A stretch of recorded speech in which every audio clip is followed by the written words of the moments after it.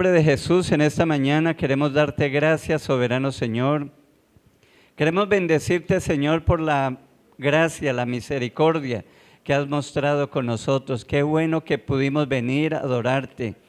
Hermano, bendiga al Señor, dígale: Señor, gracias por ser tan bueno, por darme este privilegio, porque tengo la vida, tengo salud, tengo fuerzas y todo lo que respira, como dice tu palabra. Alabe a Jehová. Yo te alabo, Señor.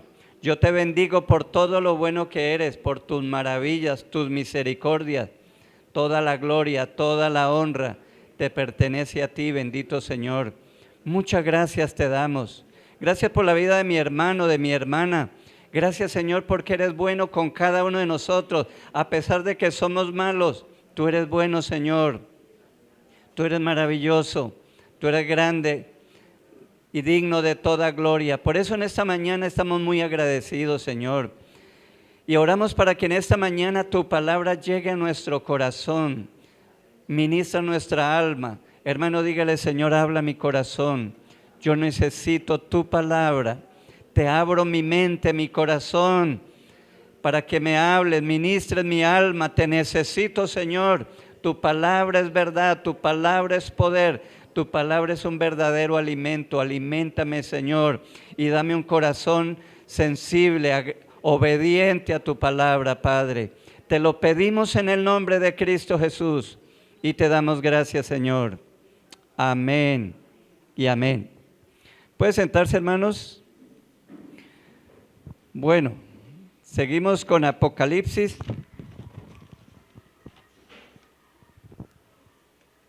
Miramos así el capítulo 1, hoy continuamos con el capítulo 2. A partir del capítulo 2 ya es un mensaje directo. La estructura de Apocalipsis es bastante evidente. El primer capítulo hay una salutación, hay una presentación de qué es. Jesús se presenta, Juan dice cómo fue su encuentro con él. Y hay una descripción que dice: cuando volví a mirar, vi a alguien que su rostro era como el sol, su pelo blanco, etcétera. Hay una descripción de la obra de Cristo y él dice: yo soy el que estuve muerto, mas he aquí que vivo, etcétera. Hay una presentación de qué se trata el libro. Y dijimos que el libro de Apocalipsis es la revelación ¿de qué?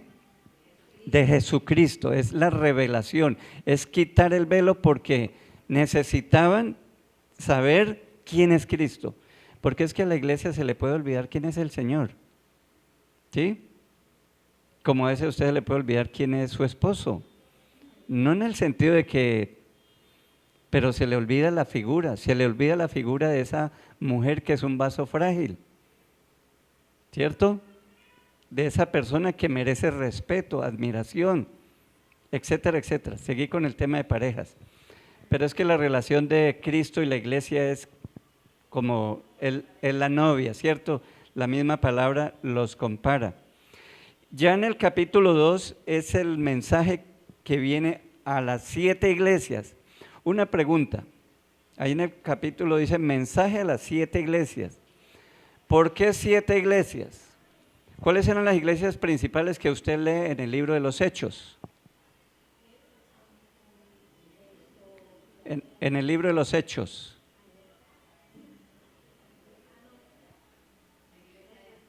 Antioquía, la iglesia de Jerusalén, de Éfeso, de Corinto, de Colosa. Pero mire que aquí no está la iglesia, son 7 iglesias y no está la de Jerusalén, la de Antioquía. Y la de Antioquía fue una de las principales, la de Antioquía y la de Jerusalén. Pero no hay una carta para ellos. ¿Por qué? Porque el número 7 es simbólico. Amén. No está queriendo que el Señor se dirija a unos y a otros los excluye, como que con usted no quiero nada. No. El número 7 representa plenitud, ¿sí? Por eso aquí en adelante empezamos con 7, el mensaje a las 7 iglesias. Después 7 ángeles, 7 trompetas, 7 sellos, 7, 7, 7. Entonces Eso quiere decir la plenitud de... El 7 es el número perfecto, el número de Dios, el número pleno. Entonces, en realidad el mensaje que viene para Éfeso es para toda la iglesia. Inclusive aquí no está la iglesia de Bucaramanga, no está la iglesia del Mutis. Entonces, pero con esto entendemos que todo el mensaje va para todas las iglesias. Amén. Entonces comienza diciendo el versículo 1, escribe al ángel de la iglesia en Éfeso, diga Éfeso. Éfeso, ¿qué es Éfeso? Éfeso era una ciudad muy importante. Por ahí hay unas figuritas. Se llegó a convertir en la ciudad más importante de ese tiempo, de un gran estratega para Roma. Por ahí de Oriente para Roma tenían que pasar por ahí. Se convirtió en un puerto importantísimo, donde había mucha cultura, donde había mucho comercio, mucha plata. Pero ¿qué pasa cuando hay? Bueno, ahí está Artemisa, ¿sí? La reina, la gran diosa Diana, la reina del amor. Los cultos eran orgías sexuales. Bueno, orgías de por sí creo que es sexual, ¿no? Eso era una adoración al dios de la fertilidad. Y entonces usted se puede imaginar todo eso, ¿cierto? Cómo confluyen en Éfeso todas esas fuerzas económica, comercial, política, religiosa, económica.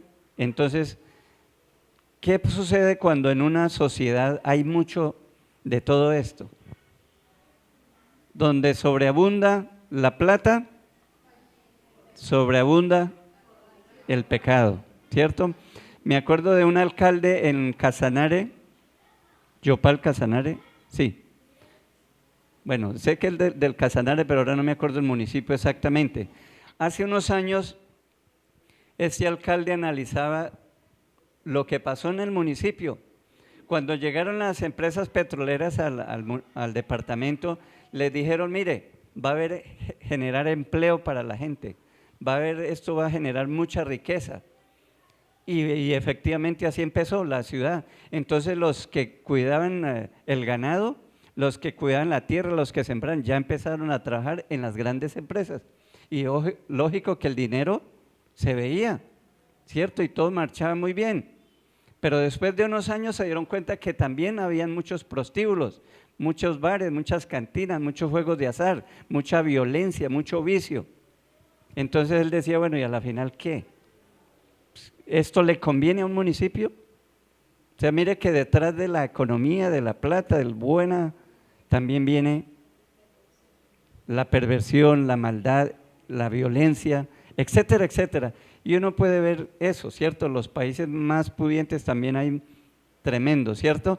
Esto sucedió con la ciudad de Éfeso y ahí estaba la iglesia del Señor, como está la iglesia de Dios ahorita en todo el mundo, en medio de maldad, en medio de pecado, en medio de una adoración, de una fuerza contraria, una forma de ver la vida, el mundo diferente. Ahí está la iglesia del Señor. Entonces, por eso, en cierta manera, y bueno, entre otras cosas, el apóstol Juan estuvo ministrando esta iglesia, el apóstol Pablo la fundó, pasó más de 3 años allá. Cuando se despidió, Pablo le dijo, cuiden la iglesia del Señor, porque después de mí se levantarán lobos rapaces, ¿cierto?, que no van a perdonar. Entonces, una iglesia en la que hubo mucha participación de los apóstoles y era una ciudad importante. Entonces, por eso es quizás la primera a la que se refiere. Amén. Entonces tengamos en cuenta eso, tengamos en cuenta que es la iglesia del Señor, que es toda la iglesia. En ese entonces estaba siendo perseguida, estaba siendo azotada por el imperio, por los judíos y por la sociedad que era atea, que era promiscua, etcétera, etcétera. Dice entonces, escribe al ángel de la iglesia en Éfeso. Y viene una presentación, el que tiene las 7, ¿qué? El que tiene las 7 estrellas en su diestra, el que anda en medio de… ¿Qué son las 7 estrellas? El que tiene las 7 estrellas en su diestra, en su derecha. ¿Qué son? Lo voy a escribir acá. Puede leer el último versículo que está en el capítulo 1, ahí está la explicación.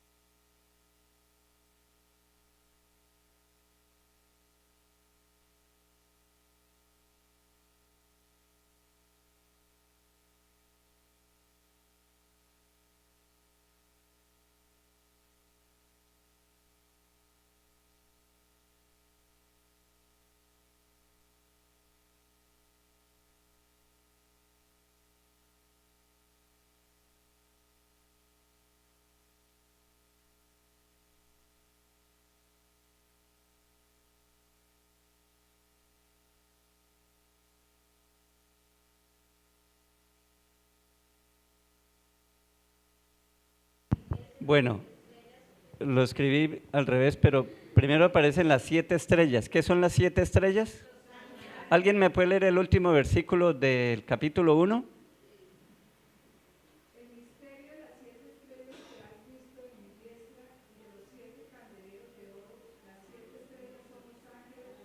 Oigo, 7 estrellas son los ángeles. Ajá, siga.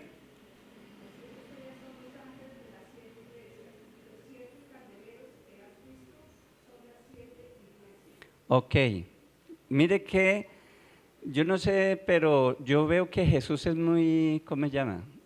Muy explícito, muy, o sea, no nos quiere confundir. ¿Me hago entender? Ahora, las 7 estrellas son los ángeles. ¿Dónde estaban los ángeles? Bueno, los ángeles son los ministros, los encargados de la iglesia, ¿sí? Los ministros. Normalmente ese es como lo más adecuado, porque el ministro era el que les daba, el que leía. Recuerden que no había Biblia, no había la imprenta, entonces el ministro recibía el mensaje, lo desenrollaba y lo leía. Por eso dice, bienaventurados los que, el que lee y los que oyen. Plural, singular y plural. El que lee y los que oyen. La iglesia no tenía Biblias en ese entonces, sencillamente tenía que oír. Entonces, los ángeles, ¿dónde están los ángeles? Según el versículo. En las manos, no.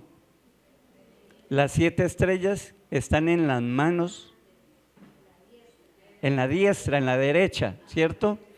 Y los candeleros son las iglesias. ¿Qué pasa ahí? ¿Qué relación hay entre los candeleros y Cristo? Ángela, que usted que tiene el texto ahí, léalo otra vez.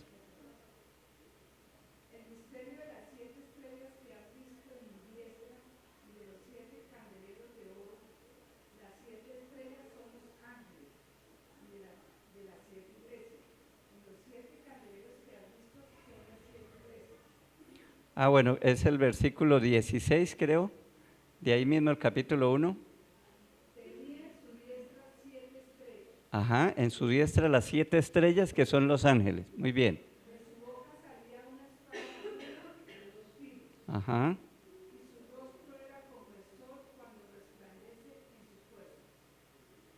Bueno, no sé qué versículo es que dice que anda en medio de los 7 candeleros. En medio de los 7 candeleros. No sé si el 18. Ah, no, aquí en el capítulo 2, versículo 1. El que anda en medio de los 7 candeleros. O sea, que anda en medio de los 7 ¿qué? Iglesias. Iglesias. Candelero es igual a iglesias. ¿Cierto? Candelero es igual a iglesias. Entonces, yo no sé, pero a mí me parece, hermanos, que a través de la historia nos hemos complicado con las figuras que aparece Apocalipsis, pero a mí me parece que el Señor Jesucristo, desde el mismo monte, el Sermón del Monte y todas sus parábolas, fue muy claro. Quiero hacerme entender. O sea, el libro de Apocalipsis se ha vestido como de tanto misterio que como que eso es complicado y difícil y como que... Pero yo veo que Jesús, por ejemplo, habló del reino y dijo, el reino es como un hombre que salió a sembrar y parte de su semilla cayó en pedregales, etcétera. O sea, mire que Jesús está hablando del reino y está poniendo ejemplos que la gente puede entender. ¿Quién no entendía que era un sembrador en ese entonces? Si hoy en día usted sabe que es un sembrador, un agricultor, ¿cuánto más en ese entonces que era solo la principal actividad económica? Entonces, ¿qué es lo que yo le quiero decir? Que a la luz de este versículo y a la luz del Nuevo Testamento, el Señor fue muy claro con lo que Él quería transmitir, fue muy pedagógico, fue muy didacta. ¿Cuántos dicen amén? Lo que pasa es que nos han confundido, que las cabezas son esto, o sea, una cantidad de cosas, pero yo pienso, hermanos, y eso lo vamos a ver más adelante, lo vamos a comprobar más adelante cuando miremos la apocalíptica de Jesús, cuando miremos la apocalíptica también de los profetas, porque Apocalipsis toma lo de los profetas, toma lo del Señor Jesucristo y simplemente lo dice en otro lenguaje. ¿Cuántos dicen amén? Entonces mire que el Señor ahí dice, los 7 candeleros son las iglesias y las estrellas son los ángeles. Así de sencillo, para que no, que yo creo que es esto, no, el Señor es muy claro. ¿Cuántos dicen amén? Y yo creo que mirándolo así y entendiendo la forma como el Señor va presentando Apocalipsis, ya le perdí el miedo. Sí, en serio, ya mirando cómo está, ya le perdí el miedo, ya estoy desencantado con esto. Sigamos. Entonces dice, el que tiene las 7 estrellas en su diestra, el que anda en medio de los 7 candeleros de oro, dice esto. Qué bendición, hermanos, qué bendición. Muchos ministros murieron, porque principalmente le tiraban aquí a la cabeza, porque le tiran como la serpiente, ¿no? Le dan en la cabeza y el resto del cuerpo, pues, usted ya sabe.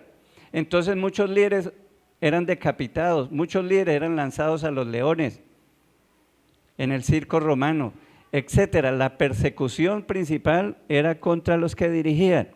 Pero qué bueno saber que el Señor dice, yo los tengo en mi mano. ¿Cuántos dicen amén? Amén. O sea, yo los tengo en mi mano. O sea, si alguno muere es porque yo lo permito. Amén.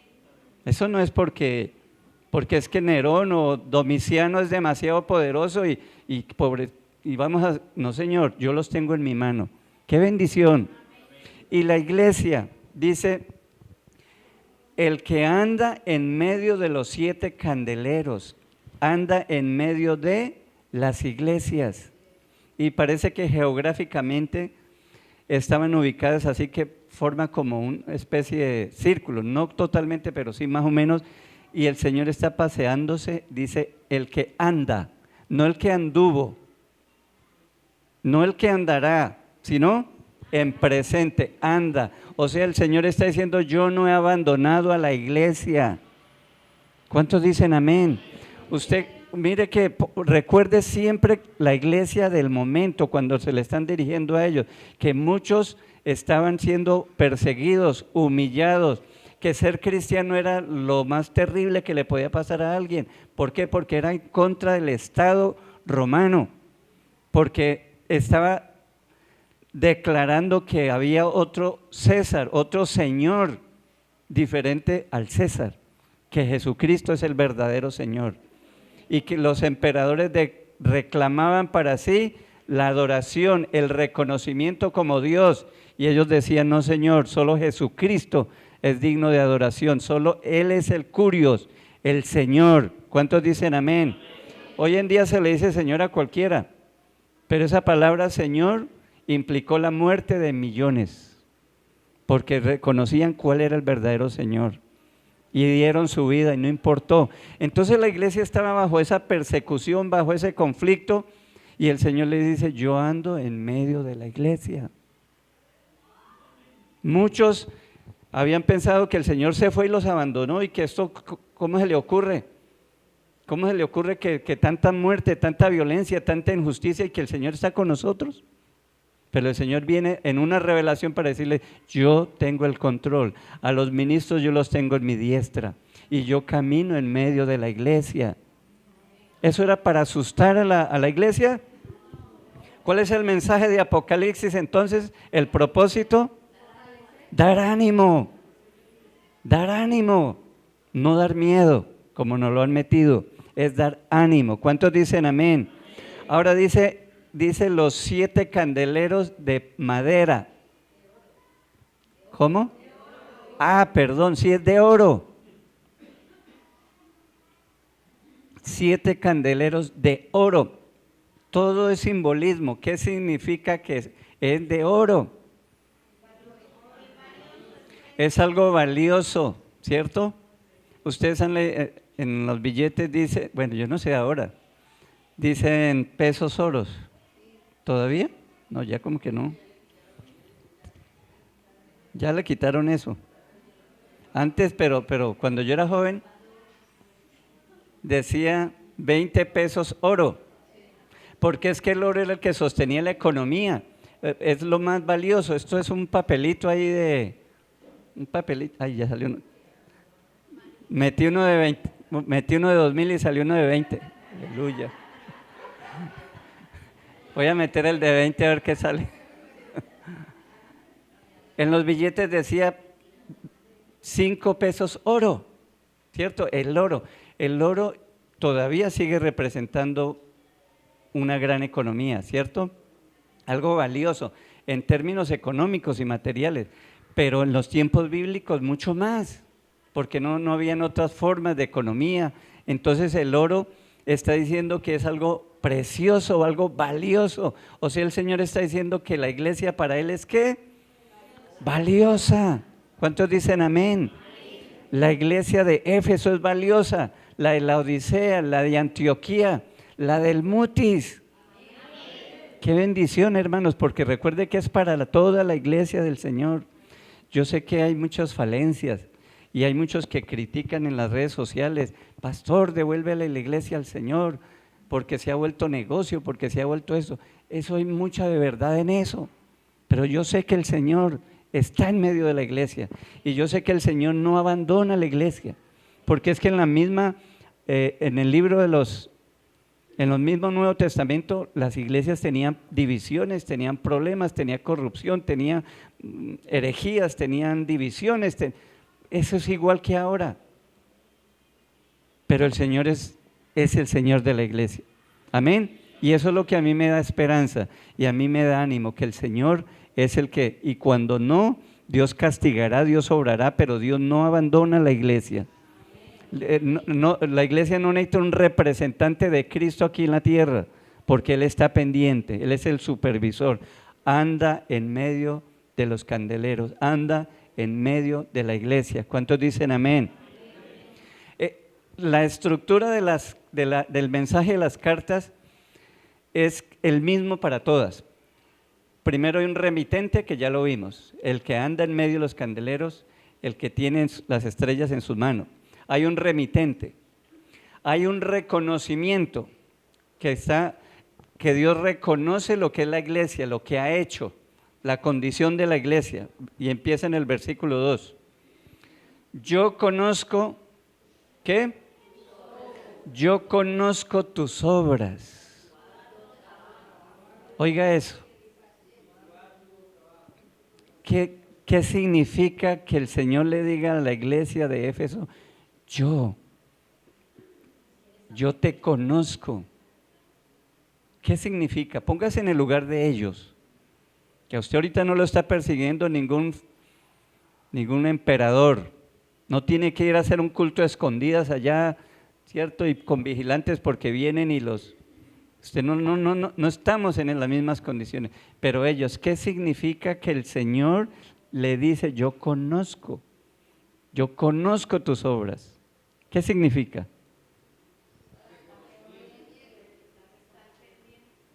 que está pendiente. ¿Por qué está pendiente? Porque Él anda en medio de, continuamente, Él está. Y por eso conoce, como usted conoce a sus hijos, porque usted va y arregla el cuarto y usted sabe cuando le encontró algo raro, ¿cierto? Y usted sabe, ¿sí? Etcétera, etcétera. Si usted está pendiente de sus hijos, usted sabe cuáles son sus compañeros, sabe cuáles son sus amigos, en qué anda y usted va a poder corregir pronto. Ahora, si usted vive tan ocupado, pues cuando se dé cuenta sus hijos está con los ojos rojos, ¿cierto? Y llegando tarde, qué pena, hermano. Ya es terrible, ¿cierto? Pero el Señor está pendiente de su pueblo, de su iglesia. Yo conozco tus obras. Presente, yo las conozco ahora, en este momento de persecución, de violencia, de injusticia. Yo conozco tus obras. Qué bendición, hermanos. Qué bueno saber que el Señor conoce la iglesia del Mutis, de la iglesia de Bucaramanga, del mundo actual, porque es la iglesia del Señor. Mire cómo los que persiguieron a la iglesia que fue el Imperio Romano, hoy son puras ruinas. Y es turístico porque es para mirar, ay, mire qué ruinas están. Ay, aquí era donde matan a los cristianos. ¿Cierto? O sea, puras ruinas, ese imperio se acabó, pero la iglesia del Señor, mire, sigue adelante. Dale un aplauso al Dios de la gloria. Aleluya. Gloria a Dios. Yo conozco tus obras, tu arduo trabajo y paciencia. Imagínese cómo no tenía que tener paciencia. Para poder hacer un culto tenía que secretamente meterse en catatumbas. Para hablar de Cristo, eso era un riesgo. Pero la iglesia estaba cumpliendo la misión que Dios le había encomendado. Mire el Señor cómo está resaltando, por eso está reconociendo, ¿cierto? Un remitente, ahora hay reconocimiento de lo que es la iglesia. Conozco tu arduo trabajo, tu paciencia, que no puede soportar a los malos. O sea que es una iglesia que corrige el pecado, la maldad, ¿cierto? Que trabaja, que tiene paciencia, que has probado los que se dicen ser, ¿qué? Apóstoles, y no lo son, y los has hallado mentirosos. Mire eso, hermanos, ¿qué quiere decir eso? Que la iglesia, recuerde que cuando eso habían falsos apóstoles, profetas y escritos, ¿sí? Recuerde que hay muchos apocalipsis, hay muchos libros, pero la iglesia era una iglesia que estaba pendiente y no reconocía a cualquiera como apóstol porque dijo yo soy apóstol, a mí me mandó el Señor, ay, entonces bienvenido apóstol. No, señor, no comí entero. Era una iglesia que, ¿qué? Discernía cuál es la doctrina, ¿verdad? Era una iglesia celosa de la doctrina. Y qué bueno, hermanos, eso hace mucha falta. Porque es que hoy en día hay apóstoles por todos lados. Van a Estados Unidos, pagan una cantidad de plata y allá les dan un curso, les ponen las manos y quizás los zumban y se levantan y vienen aquí de apóstoles. Ahora soy el apóstol aquí de Sudamérica. Y todos le dicen apóstol. ¿De dónde? En la misma libro de Hechos, en el capítulo 1, para reemplazar la vacante de Judas, que sí era un apóstol, solamente habían 2 candidatos. Solo 2. Y hoy en día hay apóstoles. Bueno, eso es un movimiento, tampoco es que en los tiempos de Lutero no había ese movimiento. En la Edad Media no había ese movimiento, eso es muy nuevo. ¿Sí? Eso es porque a la iglesia vienen olas de doctrinas cerradas, de cosas, y la iglesia de Cristo tiene que estar pendiente si eso es realmente lo que enseña el Señor, ¿cierto? Dice, has probado a los que se dicen ser apóstoles y no lo son. ¿Cómo los prueba? ¿Qué criterios va a usar una iglesia para saber si alguien es un apóstol o no? En ese entonces, porque pues hoy en día ya sabemos que bíblicamente no puede haber apóstoles, ¿sí? En el mismo sentido de los apóstoles. ¿Qué criterios usaría entonces la iglesia en ese momento para decir este sí es un verdadero apóstol?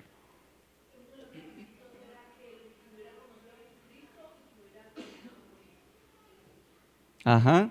En el mismo libro de los Hechos ahí están los requisitos. Dice, escojamos escojan entre ustedes a los que estuvieron con Jesús, entraba y salía desde el bautismo de Juan hasta que él fue levantado al cielo. O sea, tenía que haber estado con Jesús. Y recordemos que al mismo apóstol Pablo lo cuestionaron. Sí, Pablo mismo se defiende en el Segunda de Corintios, es una defensa de su apostolado, porque él dice, a mí también se me apareció el Señor. A mí también se me apareció. O sea, mire hermanos, la iglesia está cuestionando al mismo apóstol Pablo y hoy en día reciben a cualquiera y le dicen apóstol. Por Dios, ¿qué nos pasa? Yo he llegado a una conclusión, es que la iglesia es una comunidad llena de creyentes. Creen en todo, comen cuento y se dejan sacar plata y se dejan, y como es algo espiritual y es del Señor, no discierne. Pero la iglesia de Éfeso no comía entero. Dígale que tiene el alma, no come entero. ¿Qué cuento que le vaya a regalar su casa al pastor o el carro? No, señor. Dice, has probado a los que se dicen ser apóstoles y no lo son y los has hallado mentirosos. Sigue diciendo en el versículo 3, y has sufrido. Dios le está diciendo, yo conozco tu sufrimiento. Habían viudas, huérfanos, porque sus padres murieron, porque su hijo murió, había luto, había dolor. Dice, y has sufrido, y has tenido paciencia, y has trabajado, ¿qué? Arduamente por amor de mi nombre, y no has desmayado. Oiga, es una iglesia excelente. Yo no sé si ustedes ven todas las cualidades que hay ahí. El Señor les está dando, ¿qué? Un reconocimiento. Remitente y ahora reconocimiento de lo que es la iglesia. ¿Cuántos dicen amén? ¿A cuántos les gusta que les reconozcan lo bueno que tienen? Anoche hablamos con las parejas que a veces tenemos la tendencia de no resaltar lo bueno, sino resaltar, poner el dedo en la llaga, ¿cierto? Decirnos lo malo y eso no ayuda. Y a nadie le gusta eso. Que se lo digan con amor y con respeto, sí. ¿Sí? Pero primeramente tenemos que resaltar las cosas buenas. ¿Cuántos dicen amén? Aquí está el ejemplo del Señor. Después en el versículo 4 el panorama cambia. ¿Cómo empieza?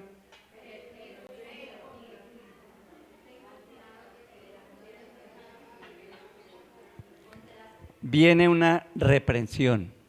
Remitente, reconocimiento, reprensión. ¿Sí? ¿Cuál es la reprensión? Pero tengo contra ti que has dejado tu primer amor. Ay, tan bueno que iba, ¿cierto? Ese contraste. Mire, hermanos, Dios conoce tanto y que le resalta la paciencia, el trabajo, el cuidar la doctrina, el no recibir todo como si fuera apóstol, el sufrimiento, la paciencia, el trabajo arduo, la constancia, pero también se dio cuenta que había algo en la iglesia. Y es que has dejado tu primer amor. Entonces, ¿podemos decir que la iglesia de Éfeso perdió el primer amor? ¿Lo perdió? ¿O qué dice el texto? Es muy diferente. Una cosa es perder, otra cosa es dejar el primer amor. ¿Cierto? ¿Qué diferencia hay? Bueno, perder puede ser accidentalmente. ¿Sí? Accidentalmente usted se le perdió el computador o cualquier cosa. No fue voluntario. Pero dejar, ¿qué diferencia es? Es una decisión. Es algo que va sucediendo progresivamente.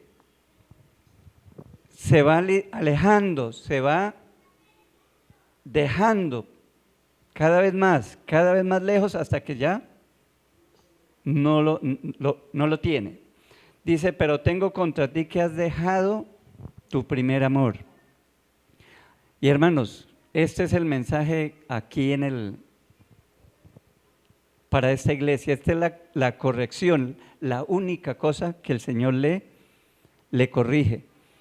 Has dejado tu primer amor. Mire cómo es posible que entonces eran cuidadosos de la doctrina, eran trabajadores arduamente, celosos, tenían mucha paciencia, pero ya no eran las cosas como antes. Has dejado tu primer amor. Ahora, ¿aquí es un amor hacia Dios o es hacia la iglesia, a sus hermanos?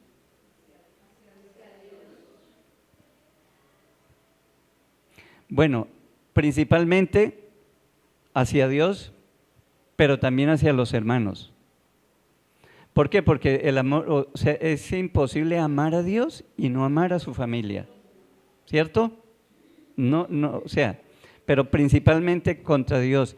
Entonces, el Señor le está diciendo en el versículo 5, recuerda por tanto de dónde has caído y qué, arrepiéntete y haz las primeras obras, pues si no vendré pronto a ti y quitaré tu candelero de su lugar si no te hubieres arrepentido. ¿Cuál es la solución a el haber dejado el primer amor?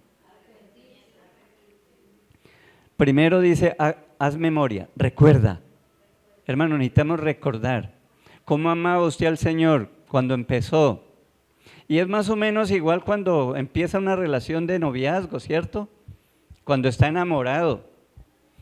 Hay una historia, yo no sé si será real o no, pero que un muchacho todo inspirado le dice a su novia, mi amor, yo por ti cruzaré el Sahara, cruzaré el océano, mi amor, por ti, y le da una cantidad, me enfrentaré a las bestias,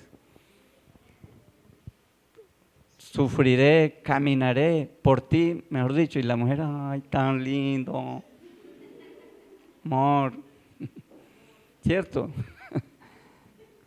Qué lindo. Y entonces cuando termina la conversa, ya terminando, le dice, mi amor, ¿y usted entonces sí me va a venir a visitar esta noche? Dijo, claro, mi amor, yo voy a ir. Claro, si no llueve.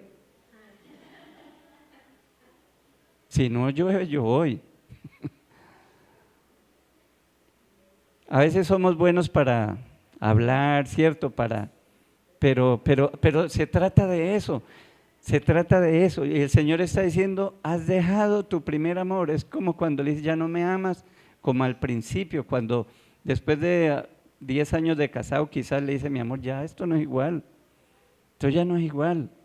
Ya no soy esa, ya no llegan flores, sino ropa para lavar y bien sucia. Y ya las flores, ¿dónde están? Ya no me amas como al principio, ¿cierto?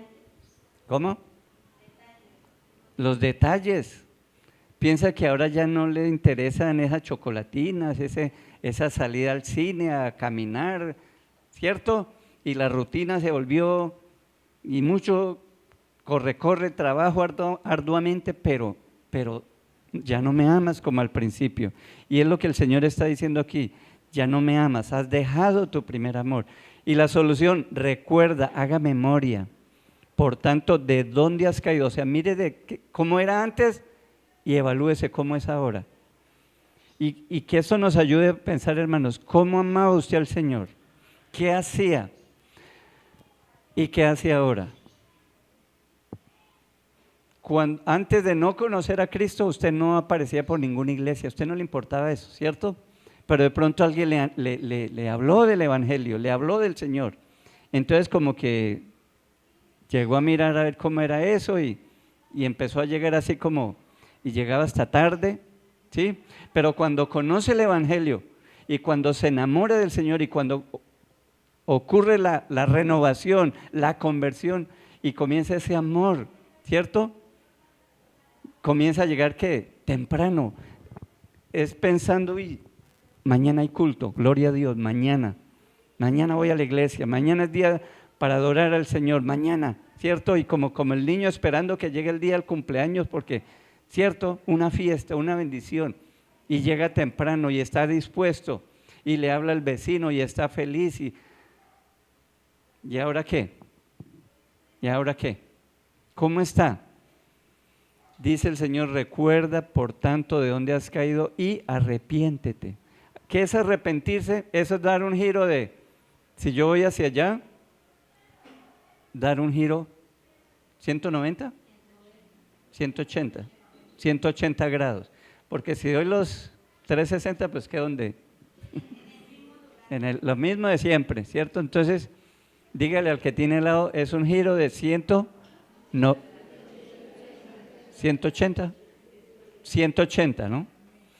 Quiere decir que no puede seguir con la misma actitud, tiene que cambiar de arrepentimiento, es eso. Yo debo cambiar mi actitud hacia Dios, yo debo cambiar.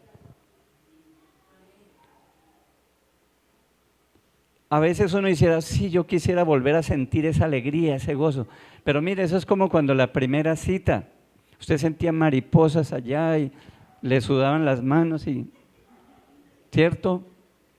Yo me acuerdo que en mi primera cita, hablo porque Yané no está, esperé casi 3 horas, hermano. Allá en el parque principal de Medellín, Parque Berrío, me estaba enamorando de la gorda. Esa sí me acompañó todo el tiempo.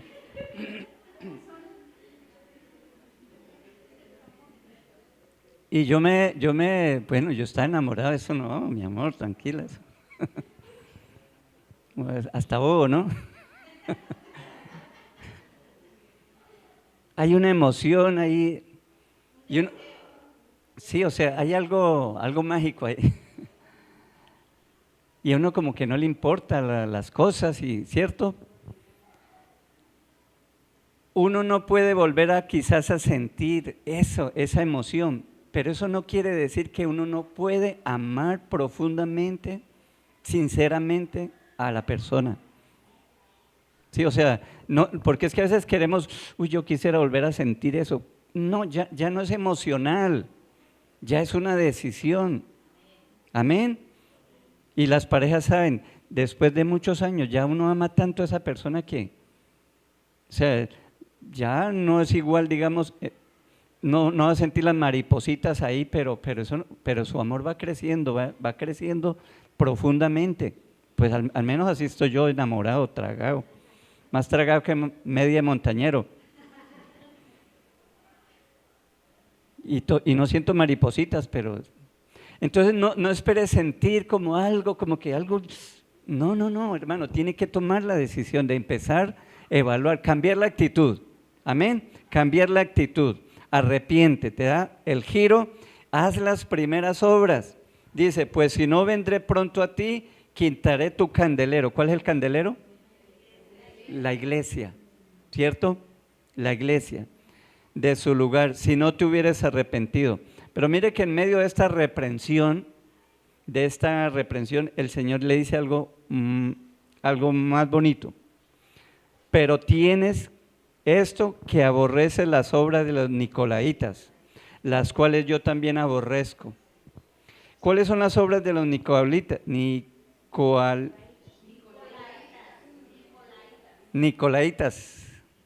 Nicolaitas. Hay dos cosas, según no tenemos como mucho, pero lo que dice Ireneo, lo que dice Clemente y otros padres de la iglesia en sus comentarios, en sus cartas, ellos dicen que la idea era que gente que conoció del evangelio, pero estaban diciendo que lo que su cuerpo hacía no le afectaba a su parte espiritual.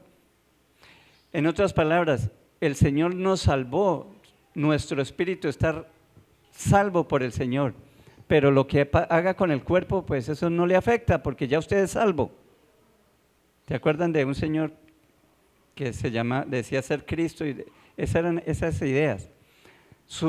Lo que peca es su cuerpo, porque su espíritu está con el Señor ya salvo. En otras palabras, usted puede vivir como quiera, el adulterio no es problema, porque ya usted es salvo, es su espíritu, eso ya es una debilidad humana, ¿cierto? Entonces se convirtió la libertad cristiana en un libertinaje para el pecado, para la maldad. Y está diciendo, usted aborrece esas cosas. ¿Cuántos dicen amén? Los hijos de Dios deben aborrecer lo que Dios aborrece. ¿cierto? Mire lo que dice este versículo. Pablo dice, ¿no sabéis que los injustos no heredarán el reino de Dios? No erréis, ni los fornicarios, ni los idólatras, ni los adúlteros, ni los afeminados, ni los que se echan con varones, ni los ladrones, ni los avaros, ni los borrachos, ni los maldicientes, ni los estafadores heredarán el reino de Dios. ¿Cuántos dicen amén? Los hijos de Dios no pueden dejarse afectar por esas ideas. El evangelio es puro y debe reflejarse en nuestro estilo de vida. ¿Cuántos dicen amén? Yo no puedo vivir en fornicación y considerarme un hijo de Dios. Yo debo rechazar y abominar. El salmista decía, no odio, oh Jehová, los que te aborrecen, y me enardezco contra tus enemigos. Y Proverbios dice, el temor de Jehová es aborrecer el mal. El temor de Jehová es aborrecer el mal, la soberbia y la arrogancia, el mal camino y la boca perversa aborrezco. ¿Cuántos dicen amén?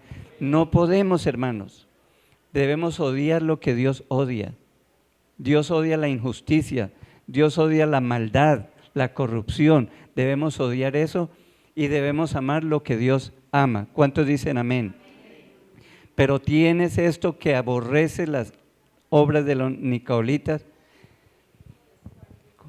las cuales yo también aborrezco. Versículo 7, el que tiene oídos, oiga lo que el Espíritu dice. ¿A quién?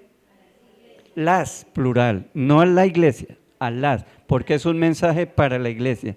Como este mensaje es para nosotros también. Y después viene una recompensa. Al que venciere, le daré a comer del árbol de vida, el cual está en medio del paraíso de Dios. ¿Cuántos dicen amén? Pónganse en pie, hermanos, vamos a orar. El mensaje de Apocalipsis es para nosotros también. Cierre sus ojos un momento y medite delante del Señor. ¿Cómo está su amor hacia Él? ¿Cómo está su amor hacia la iglesia? ¿Tiene la misma actitud? ¿Se está esforzando de la misma manera? Piense, recuerde, dice, haz las primeras obras. Recuerde cuánto tiempo pasaba con la Biblia, la palabra de Dios. Cómo se deleitaba en la palabra. ¿Cómo está ahora? Recuerde cómo eran sus tiempos de oración.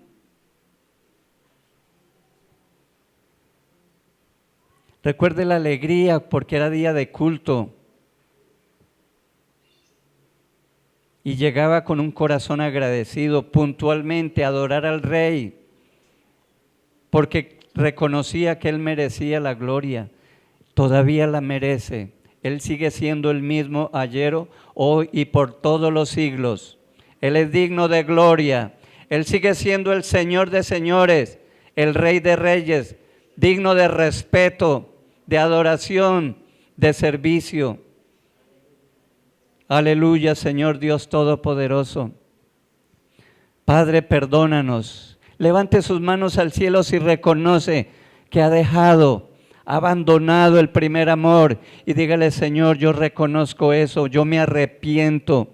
Yo pido, Señor, que me perdones y que me ayudes. Padre Santo, estamos delante de ti, Señor. Dios mío, ayúdanos, Señor, que no nos domine nuestro pecado, nuestra pereza, nuestra negligencia, nuestra maldad. Dios mío, ayúdanos en el nombre poderoso de Cristo Jesús. Padre Santo, muchas gracias.